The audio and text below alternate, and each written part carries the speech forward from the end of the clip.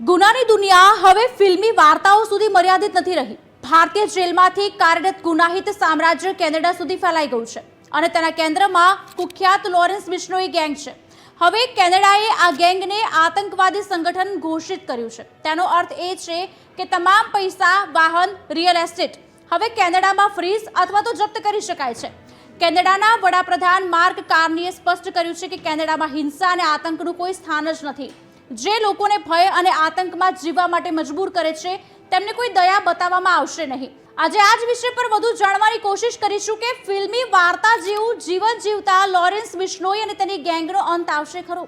આ ગેંગ અનેક હત્યાઓ અને ગુનાહિત પ્રવૃત્તિઓમાં સામેલ રહી છે, જેનું નેટવર્ક ભારત, કેનેડા અને અન્ય દેશોમાં પણ ફેલાયેલું છે। વાત કરીશું તેના કાળા કામ વિશે, તેની ક્રાઇમ કુંડળી વિશે। બિશ્નોઈ ગેંગના કાળા કાર્યોની વાત કરીએ તો લોરેન્સ બિશ્નોઈ અને તેની ગેંગનું નામ અનેક હાઈ પ્રોફાઇલ હત્યાઓ અને ગુનાહિત પ્રવૃત્તિઓ સાથે જોડાયેલું છે। આમાંના સૌથી અગ્રણીય નામની વાત કરીએ તો સિદ્ધુ મૂસેવાલા। મે 2022માં પંજાબી ગાયક સિદ્ધુ મૂસેવાલાની હત્યાએ બિશ્નોઈ ગેંગને આંતરરાષ્ટ્રીય સ્તરે સ્થાપિત કરી હતી। સુખદેવ ગોગામેડી। સપ્ટેમ્બર 2023માં રાજપૂત નેતા સુખદેવ ગોગામેડીની હત્યા કરવામાં આવી। હરદીપ નિજ્જર। જૂન 2023માં કેનેડામાં ખાલિસ્તાન સમર્થક આતંકવાદી હરદીપ નિજ્જરની હત્યા થઈ। તેનાથી ભારત અને કેનેડા વચ્ચે રાજદ્વારી તણાવ પણ પેદા થયો હતો। સલમાન ખાન। એપ્રિલ 2024માં સલમાન ખાનના મુંબઈ સ્થિત ઘર બહાર ગોળીબાર થયો। નાદિર શાહ। સપ્ટેમ્બર 2024માં દિલ્હીમાં અફઘાન મૂળના જીમ માલિક નાદિર શાહ, જેમણે 5 કરોડ રૂપિયાની ખંડણી ચૂકવવાનો ઇનકાર કર્યો તો તેમની પણ હત્યા કરી। બાબા સિદ્દીકી। ઓક્ટોબર 2024માં મહારાષ્ટ્રમાં રાજકીય નેતા બાબા સિદ્દીકીની હત્યા કરવામાં આવી। કપિલ શર્મા।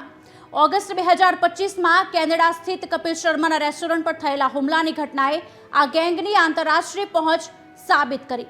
આ ઘટનાઓ પરથી સ્પષ્ટ થાય છે કે બિશ્નોઈ ગેંગ ફક્ત ભારત પૂરતી મર્યાદિત નથી, પરંતુ કેનેડા અને અન્ય દેશોમાં પણ ફેલાયેલી છે। હવે એ જાણીએ કે ક્રાઇમ લોર્ડ કેવી રીતે બન્યો। લોરેન્સ બિશ્નોઈનો જન્મ 1993માં પંજાબના અબોહર નજીકના એક નાનકડા ગામમાં થયો। પિતા હરિયાણા પોલીસમાં કોન્સ્ટેબલ।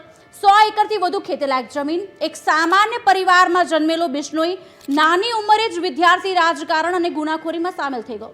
2010ની આસપાસ ચંદીગઢમાં પંજાબ યુનિવર્સિટીમાં અભ્યાસ કરતી વખતે તેની મુલાકાત ગોલ્ડી બ્રાર સાથે થઈ। બ્રાર બિશ્નોઈનો લાંબા સમયથી વિશ્વાસુ અને કેનેડિયન ઓપરેશન્સ મેનેજર પણ બની ગયો। આ બંને અસંખ્ય હત્યાઓ અને ગુનાહિત કેસોમાં પણ જોડાયેલા હતા। જેલમાં હોવા છતાં તે ગુનાની દુનિયામાં સક્રિય છે। લોરેન્સ બિશ્નોઈ હાલ જેલમાં છે।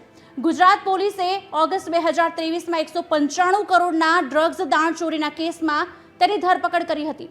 જેલમાં હોવા છતાં તેની ગેંગ સક્રિય રહે છે। બિશ્નોઈ તેના સાથીઓ સાથે મોબાઈલ ફોન અને એન્ક્રિપ્ટેડ એપ્લિકેશન્સ જેમ કે સિગ્નલનો ઉપયોગ કરીને વાતચીત પણ યથાવત રાખી રહ્યો છે। જેલમાં મોબાઈલ ફોન પર પ્રતિબંધ છે, પરંતુ બિશ્નોઈ પાસે મોબાઈલ ફોનનો ઉપયોગ કરવાના પોતાના જ માધ્યમો છે। આ ગેંગને જેલમાંથી ઓર્ડર મોકલવામાં આવી રહ્યા હતા। તે હકીકત છુપાવવા માટે VPN નેટવર્કનો પણ ઉપયોગ કરવામાં આવતો હતો। આમ બિશ્નોઈએ તેના ગુનાઓથી અંતર જાળવી રાખ્યું। જ્યારે સૂત્રોની માનીએ તો ગેંગના 700 હત્યારાઓ તેના આદેશ પર કામ કરતા હતા અને હત્યાઓ કરતા હતા। બિશ્નોઈ ગેંગ એક ક્રાઇમ સિન્ડિકેટની જેમ કામ કરી રહ્યું છે। કેવી રીતે તે પણ જાણીએ, જેના વિવિધ એકમો છે। લોજિસ્ટિક્સ યુનિટ ગુના માટે જરૂરી પુરવઠાઓ અને સંસાધનો એકત્રિત કરે છે। કાનૂની એકમો કાનૂની બાબતો અને ધરપકડના જોખમોનું સંચાલન કરે છે। ગુપ્તચર એકમ એટલે કે પોલીસ અને હરીફોની પ્રવૃત્તિઓ પર નજર રાખે છે। હવે એ જાણે કે શું બિશ્નોઈનો ખેલ ખતમ થઈ રહ્યો છે? કેનેડિયન અને ભારતીય એજન્સીઓ દ્વારા સંયુક્ત કાર્યવાહી સ્પષ્ટપણે દર્શાવે છે કે આ ગેંગ પર લગામ લગાવવાની તૈયારી ધરાવી રહ્યા છે। જો કે લોરેન્સ બિશ્નોઈનું નેટવર્ક સક્રિય છે। આ ગેંગને કેટલી મજબૂત અને સતત કાર્યવાહીથી કાબૂમાં લઈ શકાય છે તે તો સમય જ કહેશે।